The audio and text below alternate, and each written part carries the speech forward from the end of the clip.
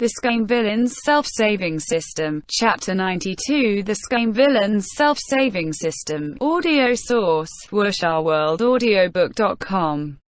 Chapter 92. The Scame Villain's Self-Saving System. Extra. Airplane's Fortuitous Encounter. Part 3. Before his words had fallen, he was solidly peeled off the cart and thrown to the ground. His body, fallen right in front of Mo Beijun's boots. His sword, still half stuck in its sheath. His heart hadn't quite decided whether or not to draw his sword. Mo Beijun sneered, an ice-cold glint of blue flashing through his eyes. No sooner said than done. Shang Qinghua threw himself over to hug his thighs with a plop. All his Shisheng. Mo Beijun. Shang Qinghua fell to one knee. "My king, please let me follow you the rest of my life." Mo Beijun wanted to fling him off with a kick, but Shang Qinghua's adhesive ability was too strong. He wanted to kill him with a blow, but that was even more difficult. Just like a gecko clinging to the wall, he nimbly crawled back and forth but still managed to stay stuck firmly to his thighs. He couldn't help but blaze in anger. Seeing this incredible feat of stickiness, all the Yinding Picata disciples were overjoyed. Throwing down the goods, they flew into escape. Shang Qinghua was just cursing him soundly in his heart when, not 3 seconds later, all he could hear was a field of screams. Tens of strands of ice, thin as silk, pierced through their chests. In a mad dance of silver light, droplets of blood flew in all directions. Seeing this, Shang Qinghua's grip on Mo Beijun's thighs became as strong as steel. He started to chatter incessantly. "My king, please accept me. I'm very useful." Mo Beijun seemed to have tilted his body. "Oh, what use are you? I can serve tea, carry water, wash clothes, fold blankets." "No." Shang Qinghua considerately analyzed for him. "You see, my king, I can serve you as an undercover agent in Kangqiong Mountain, pass on intelligence, and realize the magnificent feat of unifying the demon race with the human realm." Mo Beijun laughed. "An outer disciple, and an Yinding Picata disciple at that. With you as a spy, what year and month could you realize the magnificent feat of unifying the demon race with the human realm?" Shang Qinghua said, embarrassed. "Don't discriminate by peak, that isn't very nice. Why does even the demon race discriminate against him on this basis?" And the discrimination against Yinding Peak even surpassed that against being the outer disciple. "I can't take it, I really can't take it." Right when he was weeping bitter tears, tangled and impossible to unravel, desperately fighting for a future, completely without warning, Mo Beijun fell to the ground. Shang Qinghua was still hugging his thighs, and when Mo Beijun fell he was almost squashed right under him. He hurriedly let go. He crouched for a while in a daze, suddenly coming to his senses. Did Mo Beijun come here injured? No wonder, his expression was so ugly and his temper was so high, this easy to push over. Did he accidentally poke one of his wounds with a slip of his hand? Sometimes a slip of the hand is an advantage. Shang Qinghua cautiously moved over, examining him carefully. Just as expected, there was a thin wound the length of a finger on Mo Beijun's lower waist, roughly over his right kidney. A sharp corner of something gold poked out from inside the wound. He could vaguely see that it was forged from gold threads, an intricate piece of handiwork in the shape of the edge of a flower petal. So coquettish and cultured. It was one Hua Palace's Linghua dart, that's right. This type of weapon was one of the nonsense details Airplane Jew had cooked up on the fly as a writer. The body of the dart was light and thin and coated with a bit of anesthetic. It was very difficult for its targets to discover the object breaching their body.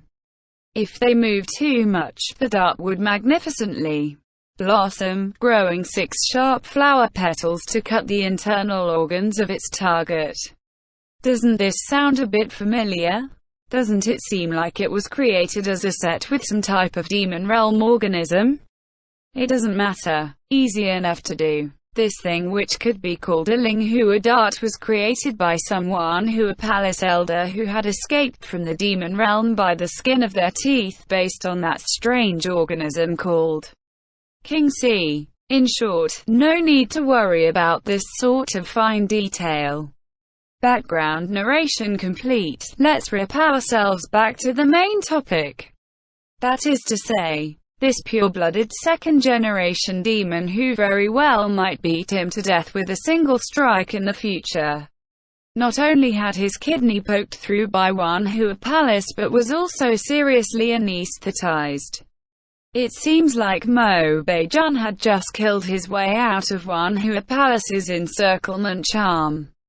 The demon race held their grudges for a long time, and the Mobei clan had an old grievance with one Hua Palace. One Hua Palace being the sect with the most deaths and injuries at the siege on the Immortal Alliance Conference was precisely Mo Bei-jun's retaliation against them. It connected seamlessly with airplanes shooting towards the sky's outline. Shang Qinghua muttered back and forth in his heart, a mischievous giggle on his face.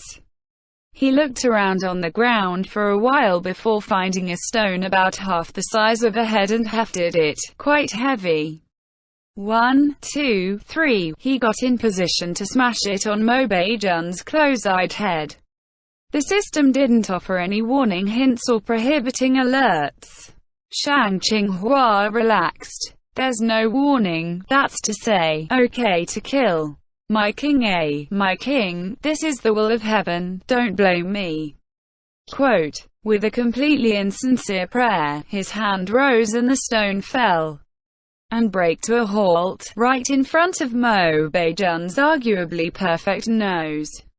In fact, this character of Mo Bei-jun held an unusual significance to him. It could be said that Mo Bei-jun was the type of man Airplane Jew dreamed of becoming. Strong, cool, following his own way, like every little kid's childhood dream of becoming a Ultraman. How could he apathetically watch on as he killed a Ultraman with his own hands? Shang Qinghua whimpered for a while. After he finished, he had a completely shameless thought: it's fine if he just doesn't watch, right? So, he turned his head, raising the stone up high. No, he still can't do it. Shang Qinghua threw aside the cumbersome murder weapon with a plop. His eyes shone with emotion, his whole body nearly fell on top of Mo Bei-jun. He can't. The more he looks, the more he feels this face is too demonically handsome. In truth, in his innermost heart, Bing Ji's type of fair and clear pretty boy appearance didn't really suit his tastes. Airplane flying towards the skyju only gave the protagonist this sort of configuration to complete his stallion hardware facilities. Stallions also had to be planted with some science behind them, too, and the scientific research was clear. Women preferred the cultured and pretty, even a bit soft and feminine male appearance. Protagonists couldn't avoid getting blasted. It could be said that Bing Ji had 3 parts fans to 5 parts haters. But Mo Bei-jun was not the same. Supporting characters always attracted a lot of love, and Mo Bei-jun had practically never gotten hated on. This character was created completely according to his own tastes. Because he was a character secretly favored by the author, Mo Bei-jun embodied airplane shooting towards the sky's scholarly aesthetic of the ideal fellow man. Don't ask why Luo Binga didn't embody his ideal man. Luo Binga's use was primarily to fulfill his desire to play cool and slap faces, as well as his desire for wanton. This section ought to be crossed out. Even the young Mo Bei-jun of the present, not yet fully grown, was completely in line with eyes deep as night, nose straight and high, full of heroic spirit, icily arrogant beyond compare. Those 16 words describing his true aesthetic. This was the beautiful man he dreamed of in his heart. The stone murder weapon lifted and lowered, lowered and lifted. Shang Qinghua, after transmigration, was faced with a difficult life and death choice for the first time in his life. Finally, Shang Qinghua decided, time to rent a room. He arrived at the inn to rent a room. No, a resting house. This place was a field of dead bodies. Shang Qinghua hesitated a bit, then poured that pile of King Jing Peak's heavy and useless nuisances clean off the cart like a pile of garbage. He lifted Mo Beijun up, face down, covering that face that would make him lose control every time he looked at it. He couldn't return to Kangqiong Mountain for the time being. On that side, no one would realize anything was amiss so quickly because this trip was anticipated to last 7 days, of which only 2 had passed. To stand steadfast by this demonic young heir and protect him when he was weakened by a sneak attack, how wonderful an opportunity to garner some goodwill. Comforting himself with this reasoning, Shang Qinghua huffed and puffed, pushing that large flatbed cart towards the city. To rent the room, Shang Qinghua spent the secret stash of money he had been saving these last few years. At this time, he was only an ordinary, mediocre outer disciple. He didn't have any authority to manage accounts, or draw from the sect coffers. Renting a room was already stretching the limits of his economic ability. So, as a matter of course, it was a single room. So, as a matter of course, there was only one bed. Who this bed belonged to, was also a matter of course. Of course, it was for himself.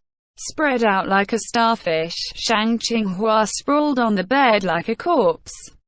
After he had finished stretching out his muscles and bones, he crawled up and carried Mo Beijun onto the bed. This was necessary. Mo Beijun was already in a bad mood and high temper after being injured. If he awoke to find himself lying on the ground or scrunched into a chair, could Shang Qinghua still keep his life? Of course, he wouldn't consider his benefactor in the situation before awarding him with an ICLE through the chest for. When they were passing by a medicine stand just then, Shang Qinghua had bought a bit of such and such ointment. With the demonic race's unusually strong vitality, he could just toss him there and ignore him, and no matter how large a hole would gradually close. However, since he had decided to hug some thighs, he knew he had to discard all reservations to display his sincerity. As a self-proclaimed proper subordinate, airplane shooting towards the sky, Ju looked down on hypocrites who claimed to be hugging thighs but were just putting on an act.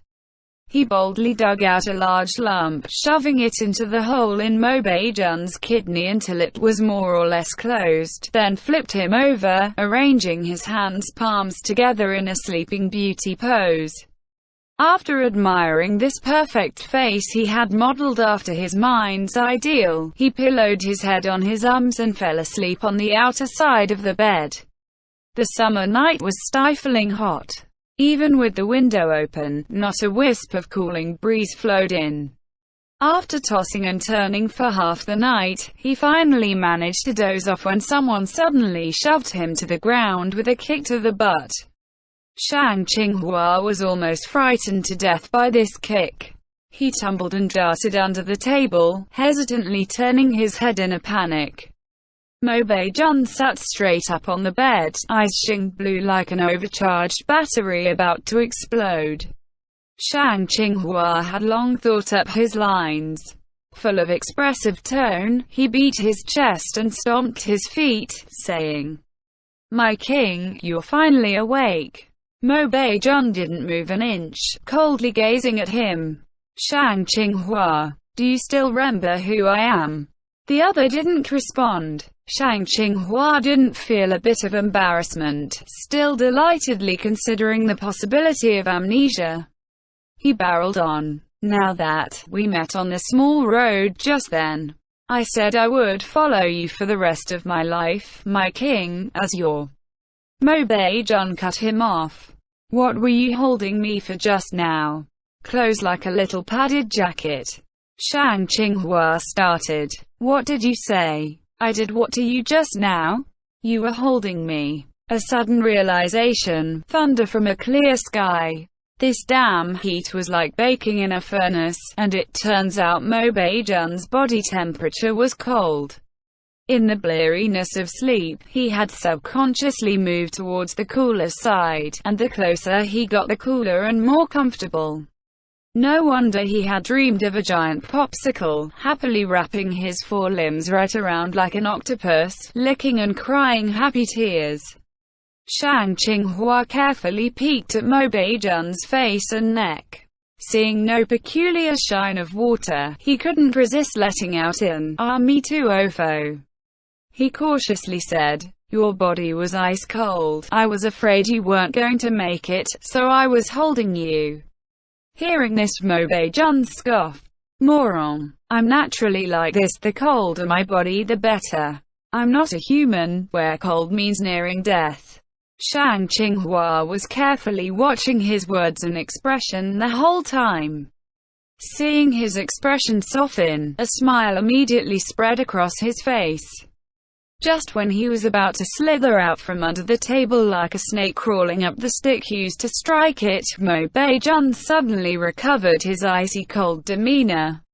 "You just try making another move." Shang Qinghua immediately lost the courage to move, pathetically holding a wooden leg, rolled into a ball like a hamster under the table. Mo Bei-jun said, "What is your goal?" Shang Qinghua said shamelessly, "I don't really have a goal, I just want to follow you for the rest of my life." Mo Bei-jun acted as if he didn't hear. "You're an Unding Picouta disciple." Nowadays, Shang Qinghua always felt that whenever anyone stressed those three words, Unding Peak, it carried an overtone of prejudice. For fear that Mo Bei-jun would deem himself useless and do away with him right away, he poked out his head. "My king, listen to me, I'm still young, I still have opportunities to rise in status. Go back." Shang Qinghua hurriedly retreated back to safety. Satisfied with this distance, Mo Bei-jun said, "You assisting me, is it for those opportunities to rise in status?" Sure enough, he was proud and arrogant. He didn't use "saved" this rather weak verb, but changed it to "assist," this wording carrying an overtone of subordination. Shang Qinghua laughed mischievously, playing dumb. No. The credibility of this response was less than 3%. Yes? Mo Bei-jun rather looked down upon this type of spineless subordinate. This was the reason the original didn't think twice about killing the original goods Shang Qinghua, because he had never planned on letting him live in the first place. How could he shamelessly admit that he did it just to chase up his goodwill stat? Fortunately, Mo Bei-jun had long come to a conclusion. A label of greedy for life, afraid of death, slippery bootlicker, sect sellout, had been slapped onto Shang Qinghua's head. He didn't need him to respond, only letting out a cold snort and lying down again. Shang Qinghua waited for a long time, not moving another step. Had he gotten a concession from him for the time being? Or did he faint again? In the end, Shang Qinghua still didn't dare to rashly approach and nestled under the table, making do for the night. After tossing and turning for half the night, upon waking for the morning, Shang Qinghua officially began a busy day of being the cow and acting as the horse. In that morning alone, Shang Qinghua worked hard without complaint to run up and down more than 20 times, changing the water in the bathtub 7 or 8 times. This water was to help Mo Bei-jun heal his wounds. Soaking in water would be better for this ice-powered uncle after all. But before he soaked for a whole hour, a perfectly good tub of warm water would turn into icy slush. Shang Qinghua huddled in the corner, chewing on some rations he had with him while watching Mo Bei-jun undress, feeling both extreme envy and extreme admiration for that figure and those abs he yearned for in his dreams. As he watched, he suddenly realized Mo Bei-jun had stopped, staring at him, a not quite happy look on his face. Shang Qinghua chewed a couple of times, hurriedly eating a few extra bites, just in case Mo Beijun suddenly demanded he hand over his rations. Mo Beijun asked, "You're very idle," Shang Qinghua said hurriedly. "Not salty, this one is sweet 5. He didn't have the chance to eat a few more bites before a few strips of black shadows hit him full in the face. So, Shang Qinghua wasn't idle anymore. He had to go wash his newly claimed master's clothes. That's right, this young demonic heir had come out in this set, and now it was full of holes and blood and sweat. How could he wear it any longer? Of course, he had to sew and mend and wash and dry. This low fantasy Xiangxia world was precisely this: unromantic, dismal, a reality of 10,000 evils. Shang Qinghua swore. If he ever had the opportunity to change back to airplane shooting towards the sky Ju, his next book would be of the high fantasy Xuanwan genre, the type where brains could be swallowed and science fed to the dogs. Weaving clouds into garments, trimming the moon into a belt, all manual labor could be resolved with the twitch of a finger. You'll never again need the type of dismal existence like Anding Peak. Considerately patching up the hole in Mo Beijun's clothes near his kidney, wringing him dry and hanging them in the room, Shang Qinghua felt he had made a very good show of himself that day. Since it was night, he thickened his face and crawled towards the bed, still carrying this mysterious self-confidence. Before he had gotten close to the bedside, history repeated itself, and he was kicked off again. He sat on the ground, tears in both eyes, his voice trembling. "My king, you won't let me on the bed. What if in the night you're cold, thirsty, hungry, want to turn over? What then?" Mo Beijun lifted an eyebrow and said, "Easily done." So, he ordered Shang Qinghua to find a strand of rope. One end tied on his finger, the other tied on Shang Qinghua's finger. How he be so fortunate? It was just his neck, nothing more. Shang Qinghua laid on the ground like a corpse, thinking to himself, this human is living a life worse than a fucking dog. The only comforting thought he could find was that at least Mo Beijun wasn't some sort of pervert, the other end tied on his beep. That would really be inhuman treatment. He passed 4 days like this, suffering every kind of torment, and Shang Qinghua really felt the days dragged by like years. Even his nights were an unceasing nightmare.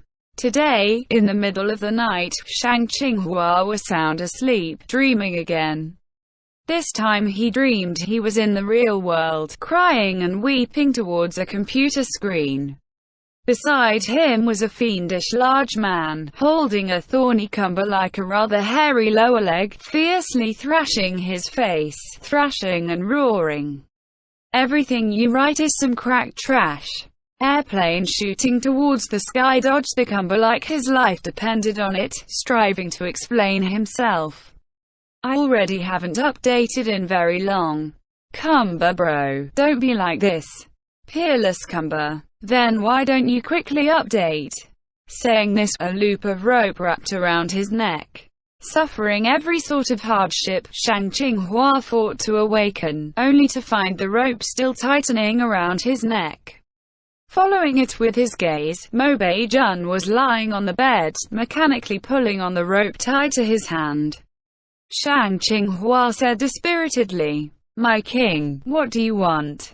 Only after asking a couple of times did he discover that Mo Beijun wasn't giving him a hard time on purpose.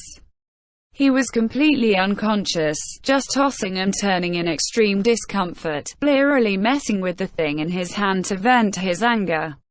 As the unfortunate one with the rope around his neck, Shang Qinghua's eyeballs were almost squeezed out under the force of his pulls. Mo Beijun pursed his brow, still restlessly rolling back and forth. Shang Qinghua quietly tiptoed to his bedside. Seeing the shallow beads of sweat seeping from his smooth forehead and the wisps of hot air rising from his clothes, he understood. Mo Beijun's kidney looked like it was only a small wound, not anything alarming, but the true situation was a bit serious. It's just that he stubbornly tried to ride it through, refusing to say a word. In addition, it goes without saying that the ice demons hated hot weather the most. It was the height of summer, and maybe the wound was undergoing something similar to inflammation, even beginning to fester. His kidney was healing this slowly. Did he need some sort of renal aid to strengthen it a bit? The Mobei clan just need cold temperatures. If they didn't have cold temperatures, they would have to make their own. Shang Qinghua muttered a sleeping posture really so fucking bad, then accepted his fate and went out.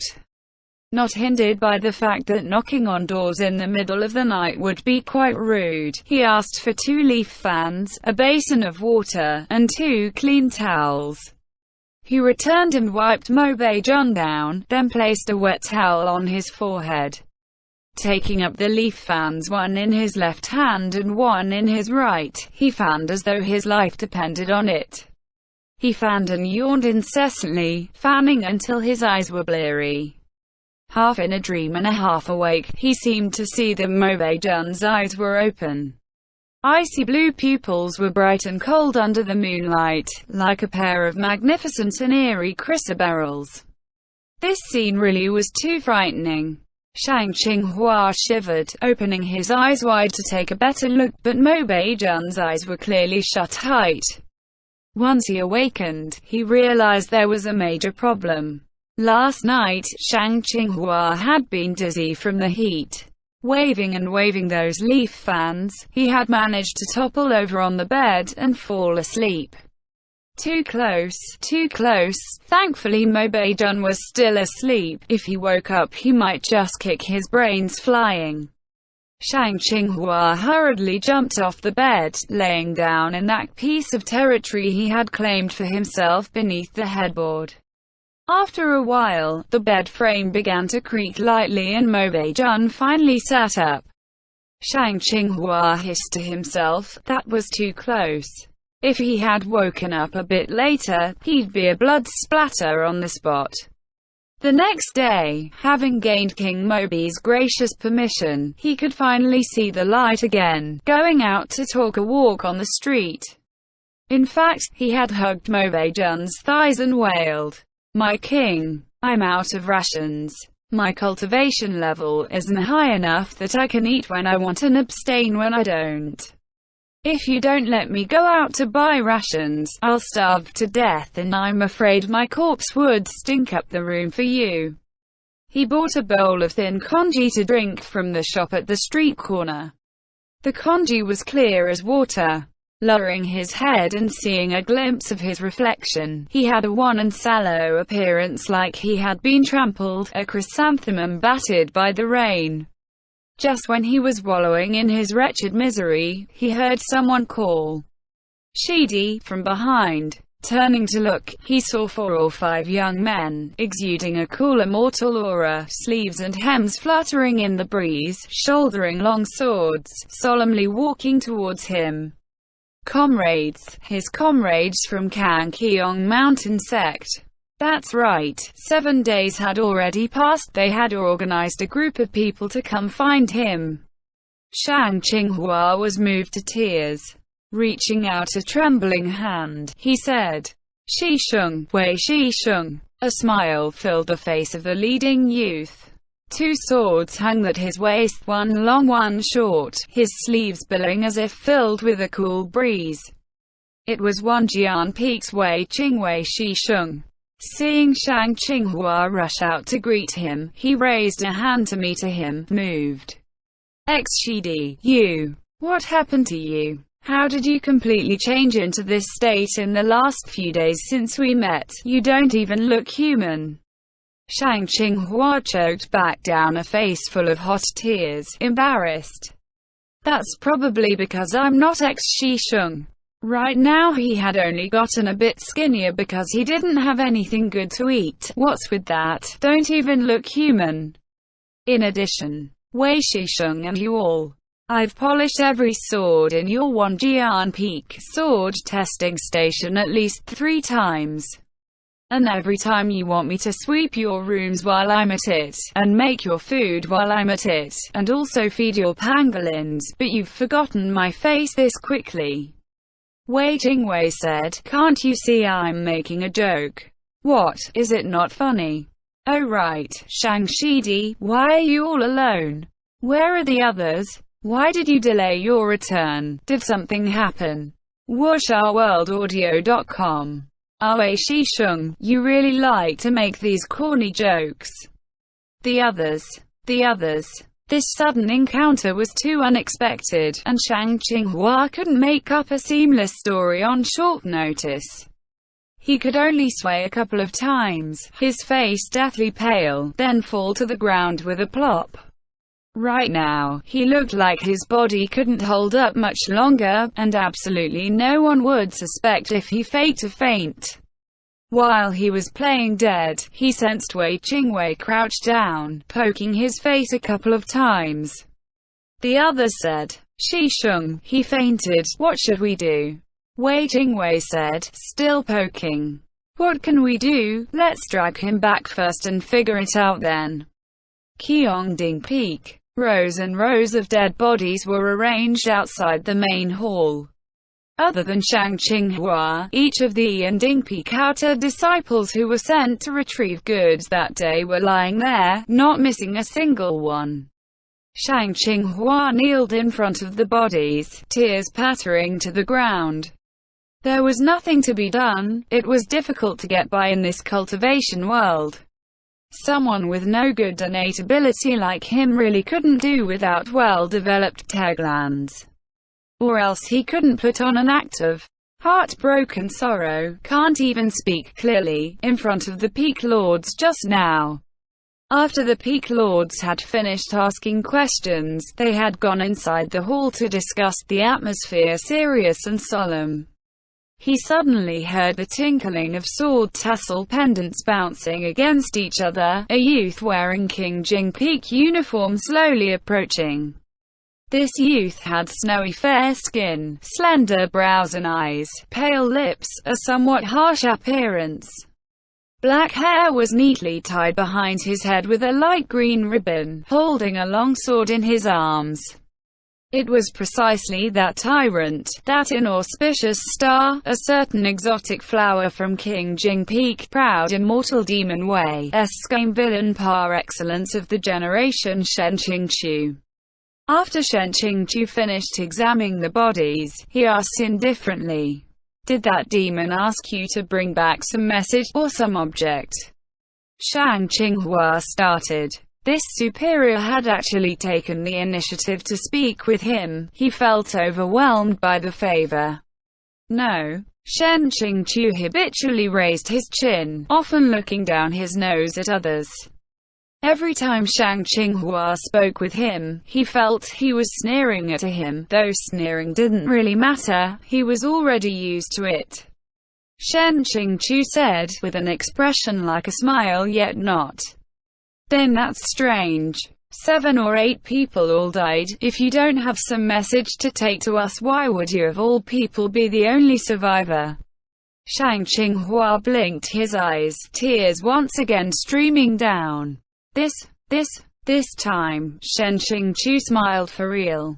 Shang Shidi, what was the reason you could escape unscathed and return to Kangqiong Mountain?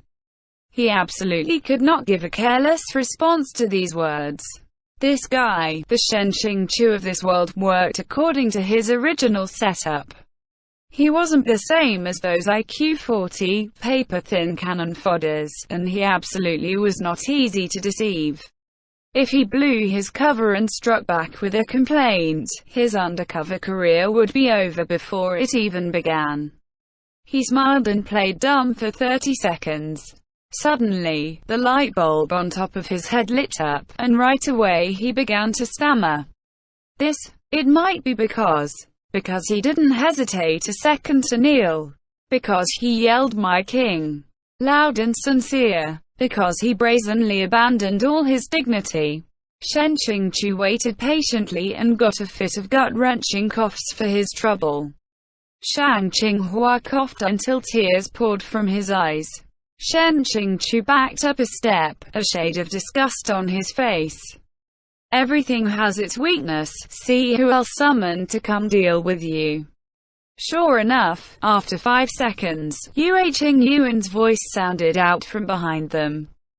Qingchu Shidi, the behavior of the demon race has no law to speak of in the first place, and Shang Shidi only just managed to escape great catastrophe. Even if there are questions to ask, why not wait until he recovers a bit? And he appears. The God-tier summon do-gooder future sect leader Yue Qingyuan enters the battlefield. Shang Qinghua silently began to count.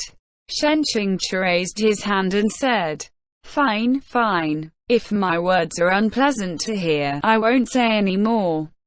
Yue Shisheng, as you will." 1 hit. Yue Qingyuan said. This time, Shidi from Unding Peak descended the mountain to help handle affairs for King Jing Peak in the first place. Why must Shidi be so half-hearted in his sympathy and stingy in giving? Shang Shidi, why are you coughing harder and harder? Do you need me to go call Qian Cao Peak's Mu Shidi to take a look at you? 2 hit. Shang Qinghua shook his head at Yue Qingyuan, shedding tears of gratitude.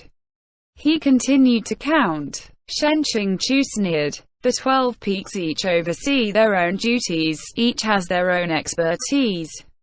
Unding Peak is supposed to do this in the first place. Why must Yue Shisheng talk like they've been wronged in some way, like Unding Peak is the only one with things to do in Kangqiong Mountain? Besides, don't tell me Shisheng believes they really do work hard without complaint. That they don't curse us out behind our backs every day. 3 hit. Yue Qingyuan's expression was unerringly patient from beginning to end. He was just about to respond when Shen Qingchu cut him off. Stop. Thank you for your instruction, Yue Shisheng. Qingchu will continue to listen in the future. I'm going. 4 hit. Get. He just knew, if these two struck up a conversation, they would absolutely part on bad terms by the 5th sentence. After Shen Qingchu walked away, holding Xu Ya, Yue Qingyuan finally turned around. Shang Shidi, you've suffered a scare. Shang Qinghua said hurriedly. No, no, no. Compared to the exhaustion and exploitation he'd suffered these few days, a little scare was nothing at all. The old man lost his horse, but it was a blessing in disguise. After this incident, maybe because the old Unding Peak Lord wanted to appease Shang Qinghua or whatever, he was promoted to an official inner disciple.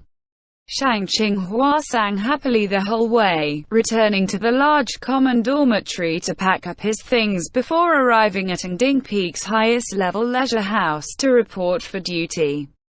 That's right, you didn't read that wrong.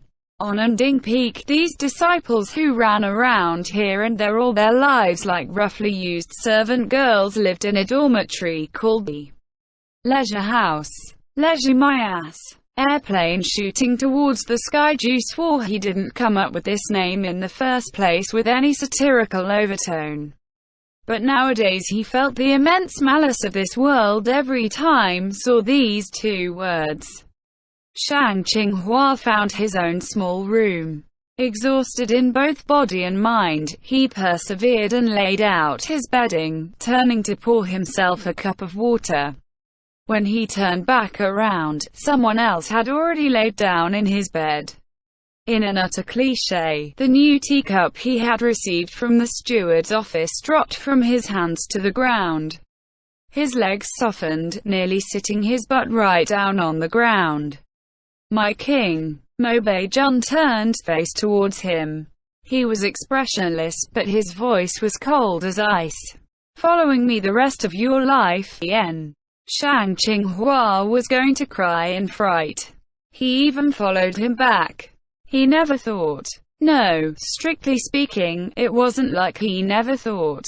Mysterious phantom. come and go like a shadow. He had developed this special ability himself in the first place so Mo Bei-jun could help Bing Ji kill people and set fires, move under cover of dark anywhere and anytime. Shang Qinghua babbled non-stop. "My king, let me explain. That day as soon as I went outside, I just wanted to drink some congee and come back, but who knew? Fate was fooling around with me. I ran into a familiar Shi Sheng. I was afraid he'd ask too many questions and I'd let something slip, and he'd take people to look for you, my king, and cause trouble. That wouldn't be good. In addition, your injuries weren't causing you serious trouble anymore. I thought it through from different angles and decided I had to endure disgrace for my mission and follow them back. From then on, if I saw an opportunity, I would." The hand Mo Bei-jun was using to prop up his temple seemed to have gotten tired, and he switched to the other. "They told you to return, and you just followed him back," Shang Qinghua said, aggrieved. "So, what else could I have done? Refuse to submit unto death? Show my hand and fight? That wouldn't do. Aside from the fact that I can't defeat them, the important thing is, I still had to be an undercover agent for you, my king. How could I tear down my face for Kangqiong Mountain this early?" In the midst of this wildfire burst of enthusiasm, he struck while the iron was hot. "I report to my king, I've already become an inner disciple. Isn't that showing ample drive? Doesn't that have a lot of upward potential? Kissing up to the extreme." However, no matter how much he looked like he was kissing up on the surface, airplane shooting towards the sky, Ju's inner heart was placid clouds and soft breezes. He always firmly believed, 1. There's a prime time for a real man to kneel, the order is right. 2. A real man does not easily cry. If he doesn't cry now, then when would he? These two major rules of life told him, in times of great need, kissing up a bit isn't anything remarkable. If you think about it another way, Mo Bei-jun was a character he created, and as an author, he was equivalent to his own son. For a father to concede a bit to his own son, to show a bit of love, of course it wasn't in anything remarkable. That so-called children are the debts parents owe from their previous lives. Ping ping pang pang. After suffering another good beating, Shang Qinghua hugged his knees, crouching in the chair, adeptly using the AQ Spirit Technique 6 to heal his wounds. After stretching out his muscles and bones, Mo Bei-jun laid back down on the bed, stretching out and turning his back towards Shang Qinghua. His voice was not loud or soft, carrying a hint of a hidden trap. "We'll continue tomorrow. You fucking want to continue?" Shang Qinghua had an urge to scream and shout, call down the entirety of Kangqiong Mountain to accompany him to his death.